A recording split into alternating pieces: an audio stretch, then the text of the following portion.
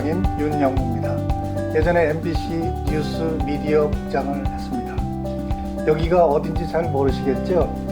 들어다 보니까 따로 또 같이 기품 있는 독립여행자 투르 드 월드 자전거 세계 여행자 클럽이라는 곳입니다. 오늘은 우리나라에 살아있는 자전거의 전문가 세 분을 모시고 도대체 우리나라가 어떻게 하면은 자전거를 즐겁게 그리고 건강하게 또 행복하게 탈 수 있는지에 대해서 알아보도록 하겠습니다. 먼저 오늘 나오신 분 소개해 드리겠습니다. 우리 자전거 세계 여행자 클럽을 이끌고 계신 바이클리의 대표 이덕영 대표님이십니다. 이덕영입니다. 반갑습니다. 그다음에 사단법인 자전거 21 사실 뭐 우리나라에 이분을 빼놓고 자전거 얘기를 할 수 없죠. 오스보 상임 대표님을 소개해 드립니다. 네, 반갑습니다. 오스보입니다. 그리고 사실 건설 쪽에서 우리 공무원도 하셨고 박사이기도 하시고 연구도 하셨고 자전거를 생활하고 계시는 우리 유명한 유재영 교수님을 소개해 드립니다. 네, 안녕하십니까. 반갑습니다. 예.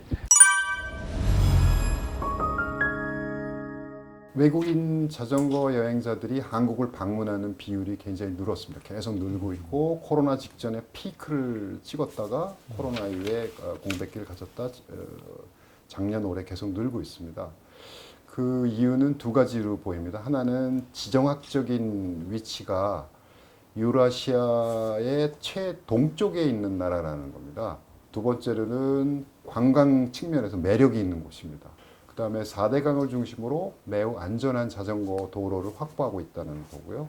그리고 우리가 가지고 있는 항공, 인천공항을 허브로 하는 공항의 지정학 위치 때문에 여행자들이 매우 편리하게 느끼는 곳이고 꼭 들려야만 하는 곳으로 바뀌어가고 있는 과정이고요. 앞으로도 그 수요는 한국을 방문하는 유럽에 특히 주로 유럽인데 유럽의 여행자들은 지속적으로 늘어날 걸로 보고 있습니다. 이들이 와서 우리나라를 보고 뭐 하는 얘기가 없습니까? 매우 안전하다. 안전하다. 길도 안전하고 일반적인 치안도 안전하고. 두 번째로는 그들이 내세우는 키워드는 히든잼, 숨겨진 보석이다. 어허. 와. 와서 실제 보고 나면 느끼는 히든잼, 그들이 남기고 가는 부분이고요. 나이들은 유럽의 여행자들은 흔히 말하는 우리가 낙동강이나 호남, 뭐 섬진강을 가보면서 모닝캄 이렇게 아침이 고요한 나라라는 거를 마음으로 느끼고 가는 그런 것들을 항상 피드백해 줍니다. 우리나라는 아마추어 선수가 많은 것처럼 뭐 고급 의상에다가 고급 자전거 타고 뭐 그러지만 그렇다고 얘기 안 해요? 그렇죠. 전체적으로 자전거가 레저 또는 스포츠 중심으로 보급이 되다 보니까 그들의 눈에는 매우 고급 자전거 그리고 한국에 이렇게 아마추어 선수가 많은가? 그다음에 MTB는 왜 흙이 없이 이렇게 깨끗한가? 뭐 이런 것들이 그들이 신기하게 생각하는 것들이죠. 또 간혹 가다가는 왜 이렇게 자전거를 타면서 스피커에서 음악을 틀고 가? 뭐 이렇게 반응을 보여주는 사람도 있고요. 그렇군요. 네, 저도 이제 네덜란드 관심 많으니까 네덜란드 여행자들 오면 물어보죠. 그들하고 대화를 좀 해보면 이제 수송 분담률을 너희는 높은 나라고 우리는 매우 낮다. 그러면 이제 그들은 물어보는 거죠. 왜 낮아? 그래서 겨울에 춥고 여름에 비 세게 오고 그래서 좀 낮은 것 같아. 그랬더니 우리도 스케이트 타 암스테르담에서 우리도 추워. 비도 그랬더니 비도 그냥 부실부실 와 맨날 매일 오죠. 많이 와. 그리고 흐려. 그렇죠. 맑은 날이 없습니다. 그러니까 기후는 이제 핑계가 될 게 없잖아요. 그들하고 이제 서로 맞짱을 뜨는 거잖아요. 기후 땡. 그러면은 이제 대답이 공색해지는 거예요. 그러면은 이제 뭐 우리는 이런 얘기하죠. 아직까지 이렇게 자전거를 타는 게 도로가 안전하지도 않고 습관화도 안 돼 있고. 야, 그거는 정책적으로 해결해야지. 도심에 못 들어가게 하고 주차장비 올리고 그럼 타게 돼 있어. 맞습니다. 자전거 안 타면 불편하게 만들어봐. 다 타. 비, 뭐 안전? 안전은 사람 많이 타면 다 지자체나 정부기관들이 다 알아서 만들어줘. 그러니까 뭐가 먼저냐가 얘기가 나오는 거죠. 어쨌든 네덜란드 사람한테는 우리가 되는 게 다 핑계라는 생각이 들더라고요. 말싸움을 해봐야 걔네하고 말싸움 해봐야 뭐 논리적 근거가 별로 없어요. 너희들 습관은 안 돼 있고 안전 핑계 대지 말고 자전거 도로는 니네들이 많이 타고 만들어 달라고 그러면 안 만들 수 있겠습니까? 네덜란드는 육지가 평평하다 해서 자전거를 많이 탄다고 하던데 우리는 언덕이 많다고 하던데. 그 부분은 일부 이제는 조금씩 달라지겠죠. 일부 그런 부분에 체력이 부족한 사람들은 전기 자전거를 타야 될 거고 전기 자전거의 유럽만 해도 이미 나라에 따라 다르지만 50%가 넘어갔단 말이에요. 판매율이. 그러니까 전기 자전거 언덕 때문에 못 탄다라는 거는 이제 조금 있으면 핑계거리가 또 될 것 같아요. 그 산업화 과정에서 서울이라는 거대한 하나의 블랙홀을 갖다 형성하면서 그게 구심점이 되면서 그런 과정에서 한국의 교통 체계가 좀 다른 점이 하나 있습니다. 뭐냐면은 그 소위 이제 모터리제이션이라고 그래가지고 승용차 보급이라든가 이제 자동차화된 그 통행의 발전 순서가 좀 틀립니다. 쉽게 제일 큰 거는 보면은 그 서구 쪽에서 이제 마차 시대라는 게 있었어요. 근데 한국은 마차 시대라는 게 없었습니다. 바로 해방 이후 그 자전거 좀 타다가 마차도 별로 안 타다가 바로 이제 시내버스, 전차 하다가 바로 승용차로 점프를 했거든요. 그러다 보니까는 우리가 보행이라든가 자전거에 대한 그런 장르 자체가 좀 점프를 하면서 이제 너무 빨리 지나가 버려가지고 수용차 이용 중심으로다가 좀 고착화된 상태에서 도시교통에 있어서 교통수단 분담률이 자전거가 지금 몇 프로냐. 아마 통계도 요즘은 안 냅니다. 하도 적어서 한 2%, 1.5%. 네. 교통수단 분담률의 지표가 이렇게 다른 선진국 도시와 다르게 나타나고 있다라고 이제 볼 수가 있을 것 같습니다. 자전거 세 가지가 있지 않습니까? 하나는 레저 수단, 그다음에 이동 수송 수단으로서 쓰이고요. 그다음에 이제 일부는 뭐 라이프스타일 쪽에 스포츠 영역도 일부 존재하지 않습니까? 도시 내에서의 어떤 개체들의 이동이라는 측면으로 보면 왜 이게 올라가지 않냐? 인프라도 뭐 어찌됐든 개선이 되고 있는데 이 부분은 대중교통 수단이 완벽한 거죠, 사실은. 전 세계 대도시 메트로폴리탄 중에서 한국처럼 대중교통 시스템이 완벽한 곳이 아마 있을까요? 너무 잘 돼 있어요. 네네. 너무 잘 돼 있는 거죠. 그 전문가시지만. 그러면 자전거 타는 사람 입장에서 보자고죠. 자전거로 출퇴근을 한다든지 어떤 경제적 효익이 있냐라는 거죠. 경제적 효익이라는 거는 시간이 절약된다든가 자전거를 탐으로써 교통 비용이 절약된다는가 두 가지일 텐데요. 대중교통에 절대적으로 밀리는 거죠. 이 두 가지의 개인으로 보면 모티베이션이 없는 거예요.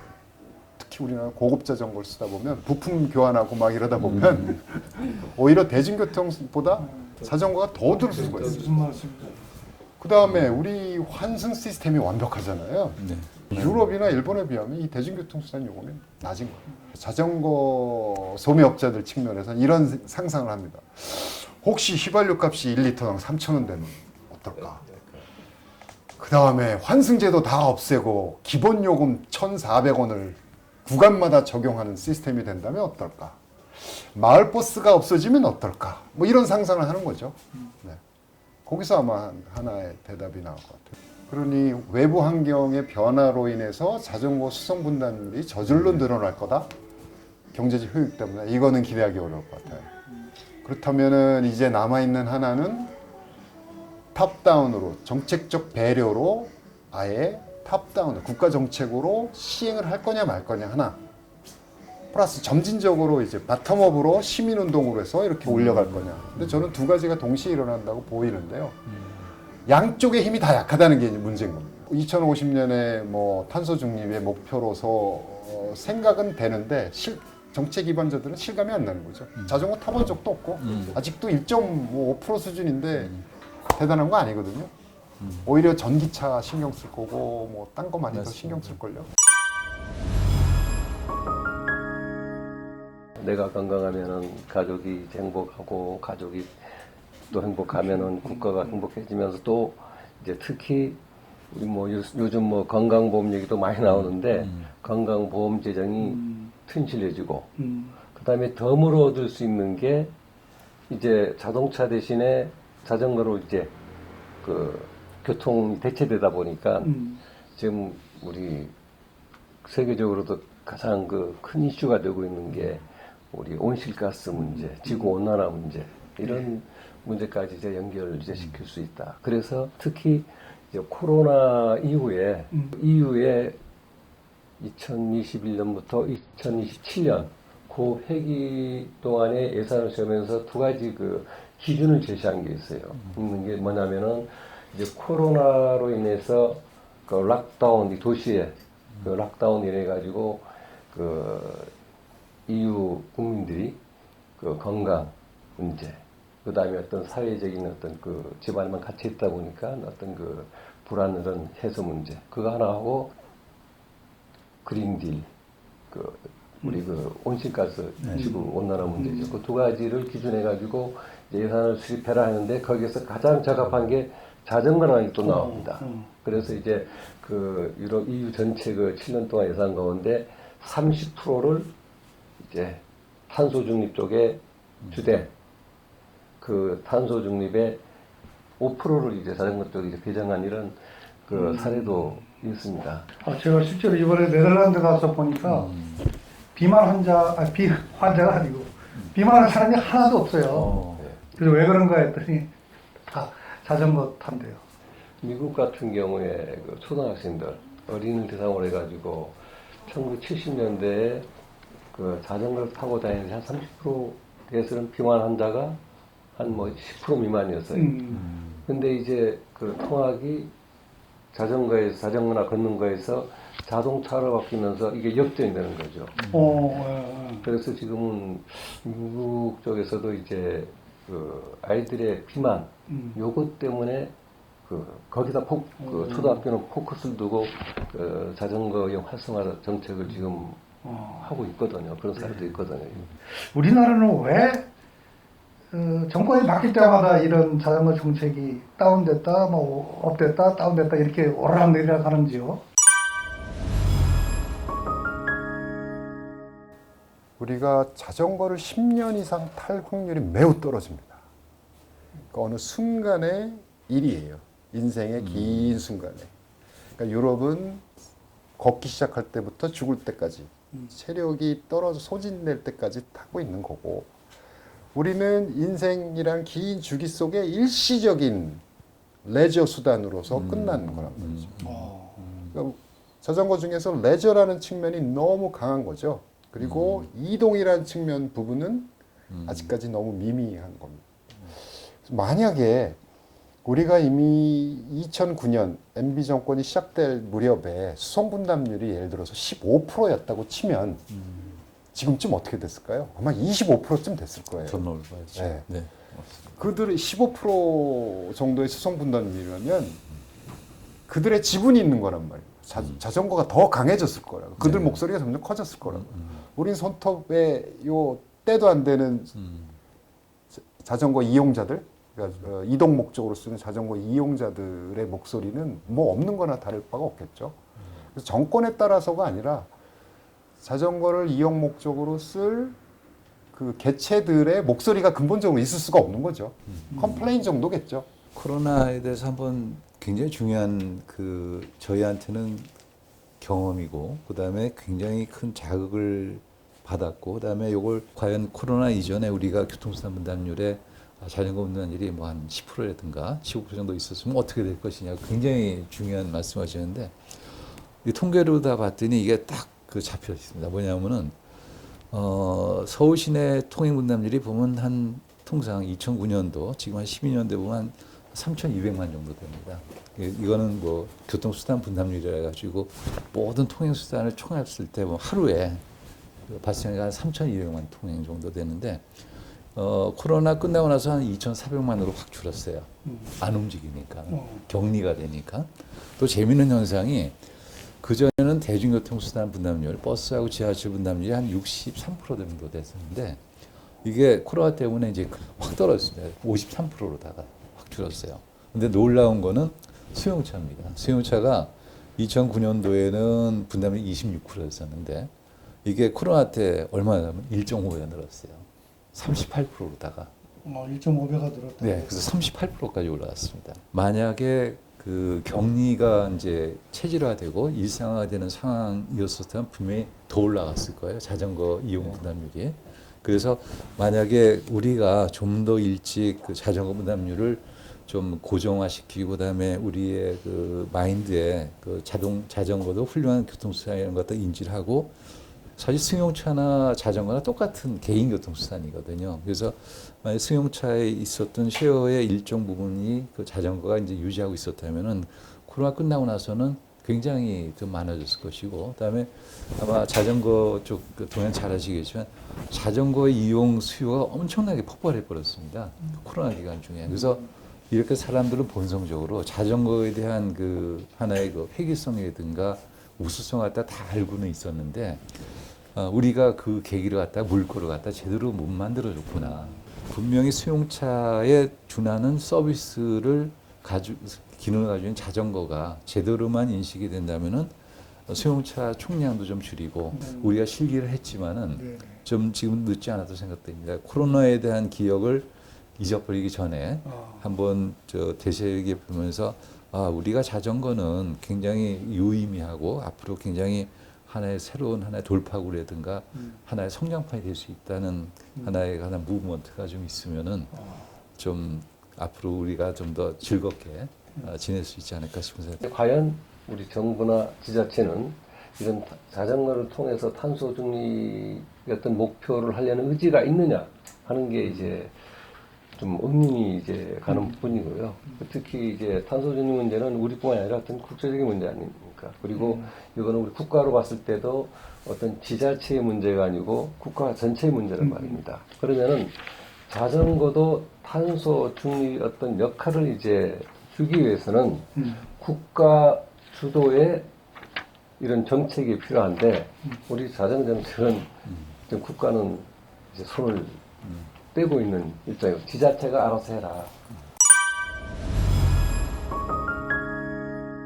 전기차 말씀 나왔었는데 사실 전기가 보면은 이건 그 대국민 착각극을 사실 정부가 만든 거 똑같은데 전기차를 타면은 이건 블루라고 이제 보통 생각을 하는데 전기 그 자체가 오고 있는 송전선이라든가 그다음 발전소에 들어가는 걸 보면 사실 레드거든요.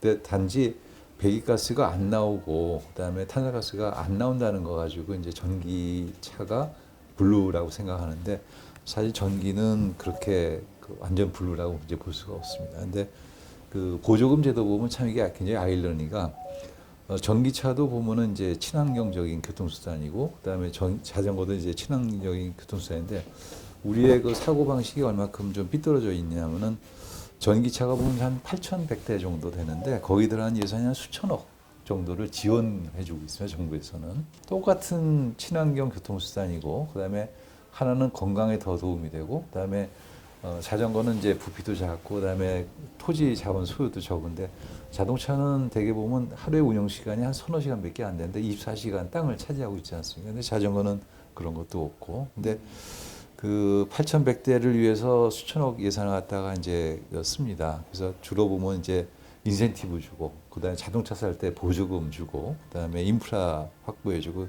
여러 가지 잘해 주는데 전기차 보조금 문제 참 이상해요. 우리나라는 그냥 하나의 정책도 무슨 뭐 유행 뭐 패션 이런 걸로 하는 것 같아요.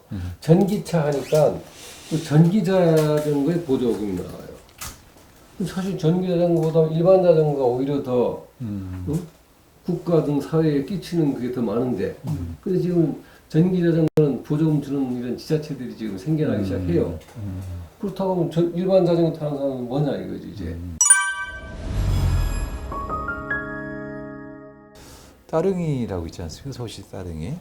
이게 그 2020년도에 보면 한 2,400만 명 정도가 이제 탔습니다. 상당히 훌륭한 그 교통수단이고, 저도 이제 자전거 따릉이 1기 위원장 지내서 좀 각별하게 지켜보고 있는데, 따릉이가 당연히 이건 퍼블릭이기 때문에 적자가 나는 거는 그게 당연합니다. 근데 이게 한 100억 원 적자가 났었거든요. 근데 100억 원 적자가 났다고 이제 좀 약간 난리쳤었어요. 요금을 올려야 되느냐, 이 사업을 어떻게 해야 되느냐 하다가 지금 보존이 돼 있지만은, 근데 조금 좀 서글픈 게 똑같은 친환경 교통수단이고 시민이 둘 중에 하나 택할 수가 있습니다. 왜 택할 수 있느냐면은 대도시에 일어나는 그 교통 통행 거리를 보면은 대부분 4km 이내의 거리들이에요. 우리가 가까운데 장 보러 갈 때 보면은 굳이 자전거차를 안 타고 장바구니 같은 거 이제 앞에다 바스켓 끼고 자전거 타고 충분히 할 수가 있거든요. 그러니까 조금 나쁜 것부터 배운 거죠. 그래서 아까 그 유럽의 예산 구조가 사실 예산 배정을 보면 그 나라가 생각이 어떤 데 중점이 있고 그다음에 어떤 전략을 하는가를 볼 수가 있지 않습니까? 근데 그 유럽의 어떤 예산 배정을 보면은 아까도 잠깐 자전거 교육 예산을 많이 증액했다는 얘기인데, 뭐 우리 같으면 자전거 예산 증액하자면 아마 정신 나간 사람으로 얘기를 했겠죠. 자전거 따릉이 100억 원 가지고 이제 요금을 올리냐 마느냐 이제 그런 그 국가 풍토이기 때문에, 그래서 올리면 당연히 안 되죠.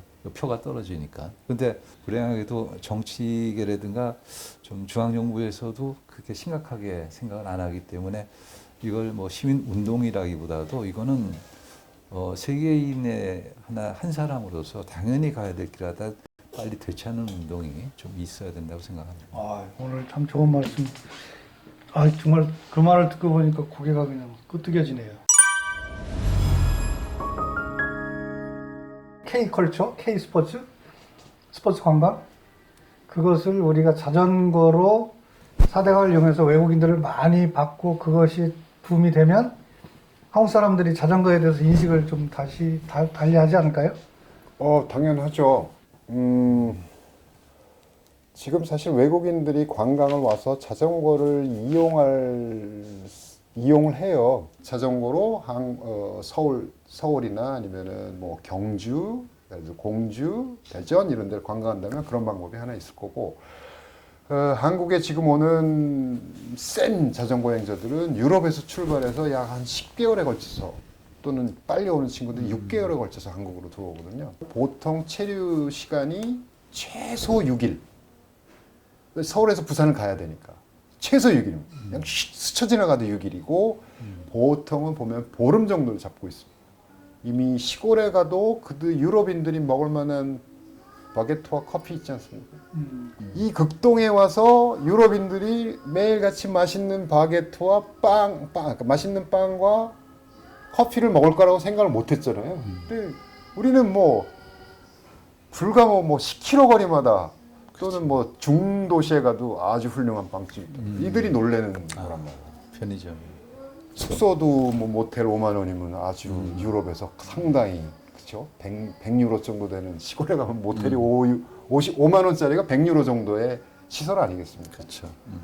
그다음에 그들이 다니는 4대강 도로나 그다음에 지방도들은 매우 안전한 곳이거든요. 근데 더군다나 한국 음식이 K푸드라고 해서 먹어보고 싶었던 것까지 있는데. 그래서 얼마 전에 만난 친구는 자기 김치 중독이었답니다. 자기 지금 바르셀로나에서 김치 사러 다닌다고 그러더라고요. 한 달을 돌아다니면서 김치 중독이 됐다라는 거예요. 그래서 그럴만하다. 자전거의 숨은 보석. 히든잼. 자전거 여행자들 히든잼. 한국이 그 히든잼이라는 거 아니에요, 자전거에? 그러니까 예를 들어서 중국인이 4박 5일로 단체 관광을 왔다 칩시다. 그럼 히든잼이라는 생각 안 할 거예요. 그렇죠? 서울 시내 이렇게 뭐 경복궁 보고 가면 뭐 그런 거잖아요. 근데 이제 유러피언이나 아니면 호주, 뉴질랜드 사람들이 여기 와서 지방을 돌아다니면서 보면 히든잼이라고 느낄 수밖에 없죠. 그들이 도대체 상상할 수 없는 그들이 접하지 않은 경치 아니겠습니까? 그렇죠. 그러니까 다른 경치란 말이에요. 알프스 같지 않은 벙긋벙긋한 여자 젖가슴 같은 산, 시냇물 졸졸, 논 그런 거에 감동하지. 뭐 여기서 뾰족한 멋진 뭐 알프스 같은 산이 한국에 있을 거라고 뭐 그걸 기대하고 올지도 않죠. 그렇지만 그들한테는 다른 거죠. 산이 다른 거죠. 그렇죠. 마을이 다른 거죠. 유럽이 수송 분담률이 높고 자전거를 사랑하는 만큼 그들은 계속 한국으로 비율이 유럽인이 여기로 들어올 확률은 높은 거죠.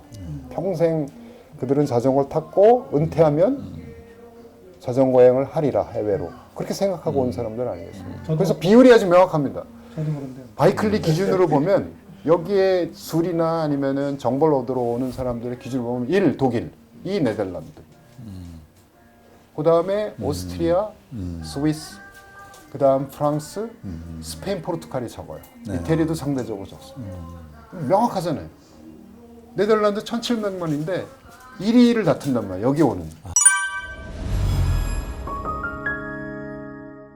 얼마 보면은 그 국빈 방문을 또 하시는 우리 윤 대통령이 계시는데 제가 네덜란드의 의전 담당자라면은 대통령께 최고로 멋있는 선물은 하나 준비를 이렇게 할 것 같아요. 윤 대통령이 자전거를 암스테르담 시민들하고 출퇴근 시간에 같이 탄다. 그 모습을 보여준다. 이것이 우리가 한국에 주는 애정이고 관심이고 기대다. 근데 대통령은 또 이러한 대통령이면 한국은 가능성이 있다라고 한국한테도 PR 선물 주고 그다음에 네덜란드는 또 국격도 올라가고 제가 네덜란드 담당자는 그렇게 한번 제안을 하고 싶어요. 근데 이걸 왜 말씀드리냐면 대통령이 관심이 가지신다면 그다음에 실제로 서울에서는 타는 모습 못 봤지만 이국 멀리 네덜란드 암스테르담에서 일반 시민들과 깐나이들과 같이 한번 탄다면은 아마 정부 부서가 확 바뀌고 내년 예산이 확 올라가고 교육 예산까지도 올라가지 않을까 한번 기대해 봅니다. 야, 오늘 이렇게 전문가님들의 말씀을 듣다 보니까 아, 우리나라하고 유럽하고 이 외국하고 자전거에 대한 인식이 왜 다른지를 이제 알 것 같습니다. 제가 네덜란드 갔다 와 한국에 오니까 딱 두 가지가 눈에 띄더라고요. 일반 도로가 아이고 이건 완전히 이게 원시적인 자동차를 위한 도로 같더라고요. 뉴질랜드는 자동차 1, 자전거 1, 보행자 1, 트램, 공공 대중교통 1 정확하게 1대1로 딱 나눴더라고요. 그러니까 거기에 보니까 자동차가 없으니까 일단 공기가 맑고 사람들이 움직이면서 막 자전거를 타니까 너무 평화롭고 행복해 보였어요. 근데 우리나라에 오면 완전히 그냥 자동차 지옥 같아. 그래서 하여튼 이제는 우리가 이걸 알았으니까 그러니까 이제 지금부터라도 자전거에 대한 정책을 인식을 정확히 해서 새로운 이제 계획을 한번 세워봤으면 좋겠습니다. 그리고 우리 시민들 너무 용기 잃지 마시고요. 자전거 타는 게 너무 우리가 소홀히 홀대를 당할 것 같은데 그렇게 낙심을 하지 마시고 제가 하나 괜찮은 말을 하나만 소개해드리겠습니다. 아이고 적었는데 꼭 이럴 때는 없더라고요. Failure will never overtake me if my determination to succeed is enough. 약간 이렇게 좀 번역을 하면 나의 결심이 성공하리라 확신하게 된다면 충분하다면 실패는 결코 나를 덮치지 못한다. 그러니까 우리가 꿈을 갖고 자전거가 동방의 히든잼, 자전거의 히든잼이 될 수 있다. 이러한 결심과 꿈을 가지면 실패는 결코 우리를 덮치지 못할 것입니다. 오늘 바쁜 시간 내주셔서 정말 감사합니다. 고맙습니다. 감사합니다. 감사합니다.